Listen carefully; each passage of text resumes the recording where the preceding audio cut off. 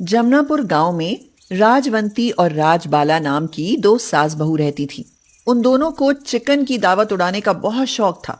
वे दोनों हमेशा चिकन के ही सपने देखती रहती थी। बहू, मेरे से तो ये लौकी, भिंडी, आलू, बैंगन खाया ही न जाता। मन तो चिकन खाण को तड़पे सा। हाल तो हमरा भी कछु कछु यही है सासू अम्मा।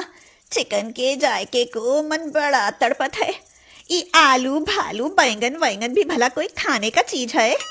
राजबाला यह कह ही रही होती है कि तभी राजवंती का बेटा मनोहर आ जाता है और पूछता है, अरे माँ, आज खाने में क्या बनाया है? बेटा, देसी वाला मोटा चिकन बनाया है, खाएगा के? माँ, जो भी बना है दे दो, बस बहुत भूख लगी है, खाकर खेत में चला जाऊंगा। राजवंती और राजबाला को जितना चिकन खाने का चाव था, मनोहर को उतना ही चाव साग सब्जियां खाने का था। वह साग सब्जियां खाकर मस्त रहता था और अपने खेतों में मन लगाकर मेहनत करता था। अरे वाह, आलू बैगन और भिंडी की सब्जी खाकर मजा आ गया। अब खेत में चलता हूँ। हाँ, लगत है ये हमरा खसमवा पिछला जन्म में जरूर भैंसा रहा होएगा, तभी तो घास पात खाए के मस्त रहता है। हाँ, पर हम सास बहू तो शेरनी है, शेरनी। हमें तो रोज चिकन खाने में मजा आवे सा। हाय, हम मर जाएं सासू माँ, आपने तो हमरा मुंह का बात ही छीन लिया। एक दिन मनोहर दोपहर तक खेत जोतकर बाजार जाता है और वहां से कुछ सब्जियां लेकर आता है और घर आकर कहता है, सुनो राजबाला, मैं बाजार से ये कुछ साग सब्जियां लेकर आया हूँ। कौन साग सब्जियां लाए हो पति परमेश्वर जी, जरा बताए तो दो। लौकी, करेला, पालक, बैगन, गोभी लाया हूँ। यह सुनते ही राजबाला चौंक सी जाती है और अपनी सास राजवंती को पुकारने लगती है, सासू जी, उई सासू बाजी, जरा इधर तो पधारिए। के हुआ बहू, आसमान से बिजली टूट पड़ी के? ऐसे क्यों चीख रहीस? सासू माँ, ई मनोहर साग सब्जियां लेकर आए हैं ना। क्या चिकन नहीं लाया के? नहीं माँ, मैं तो लौकी, करेला, पालक, बैगन और गोभी लाया हूँ।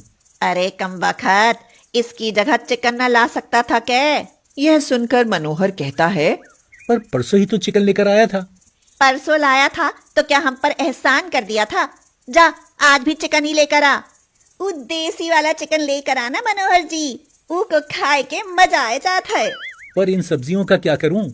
अरे गधे, करना क्या है, जाकर बैलों के आगे डाल दे। राजवंती और राजबाला को रोज रोज चिकन खाने की आदत थी और बेचारा मनोहर एक गरीब किसान था। पत्नी और माँ को चिकन खिलाने के चक्कर में कर्ज पर कर्ज लेने को मजबूर था। लाला, कुछ पैसे चाहिए। अरे भैया, मुरली वाली की जय बोल। क्यों बे, तू रोज रोज कर्ज मांगने क्यों आ जाता है? किसी बुरी लत का शिकार तो नहीं हो गया? यह सुनकर मनोहर भावुक हो जाता है और लाला को अपने घर की समस्या बताते हुए कहता है, वो बात यह है लाला कि मेरी माँ और घरवाली को रोज चिकन खाने को चाहिए। साग सब्जी देखकर तो उन्हें उल्टियाँ आने लगती हैं। अब आप ही बताओ मैं क्या करूं? अबे तो कर्ज क्यों लेता है? सीधे सीधे मुझसे चिकन बुक करना। मैं कुछ समझा नहीं लाला।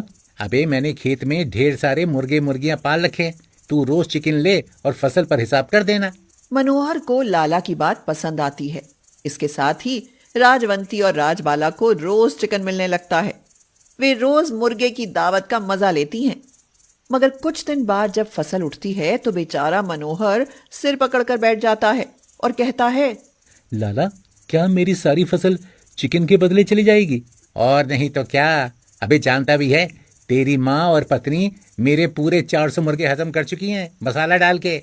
यह सुनकर मनोहर चुप हो जाता है और उसकी सारी फसल लाला उठा ले जाता है। फिर मनोहर जब खाली हाथ घर आता है तो राजवंती कहती है, बेटा, घर में अनाज नहीं लाया के? खेत का सब अनाज मंडी में बेच आए हैं सासू माँ। क्यों मनोहर जी, क्या हम झूठ बोला? हाँ, झूठ बोला। इस बार का अनाज तुम दोनों की चिकन पार्टी की भेंट चढ़ गया। लाला उठा ले गया सारा अनाज। और खाओ मोटा देसी वाला मुर्गा। ये तो बहुत बुरा हुआ रे। अब साल भर हम क्या खाएंगे बेटा? चिकन खाना, देसी मोटा मोटा मुर्गा खाना, अनाज खाकर करोगी ही क्या? यह सुनकर राजबाला चुप नहीं रह पाती। वह कहती है, माना हम सास बहुत शेरनियां हैं, पर इतना भी शेरनियां नहीं है मनोहर जी कि मुर्गा के साथ 2 रोटियां खाए बिना रह जाएं।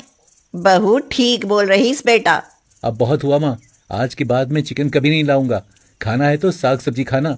यह कहकर मनोहर चला जाता है और फिर एक किसान से उधार लेकर घर में अनाज तो रख देता है, मगर घर में मुर्गा कभी नहीं लाता। बेचारी मुर्गे की मारी राजवंती और राजबाला कुछ दिन तक तो सब्र करती हैं, मगर फिर मुर्गा खाए बिना रह नहीं पाती तो मुर्गा चोरी करने का प्लान बनाती है। बहू, बहुत दिनों से मुर्गा पार्टी ना हुई, क्यों ना आज हो जाए। पर सासू माँ, वो मुर्गा कहाँ से आएगा? अरे मारे गांव में मुर्गों की कमी सके, कहीं से भी मुर्गा चुरा लावेंगे और रात में दावत उड़ावेंगे। क्यों, है ना एकदम से गुड आइडिया? ई तो सच में गुड आइडिया है सासू माँ। रोज रात को मुर्ग मसाला खाएंगे और किसी को पता भी न चलेगा। उस दिन के बाद दोनों सास बहू गांव में मुर्गे की तलाश में निकलती और जहां भी मुर्गा हाथ लगता उसे दबोच लेती। फिर रात को मुर्गा बनाती और चटखारे ले लेकर खाती।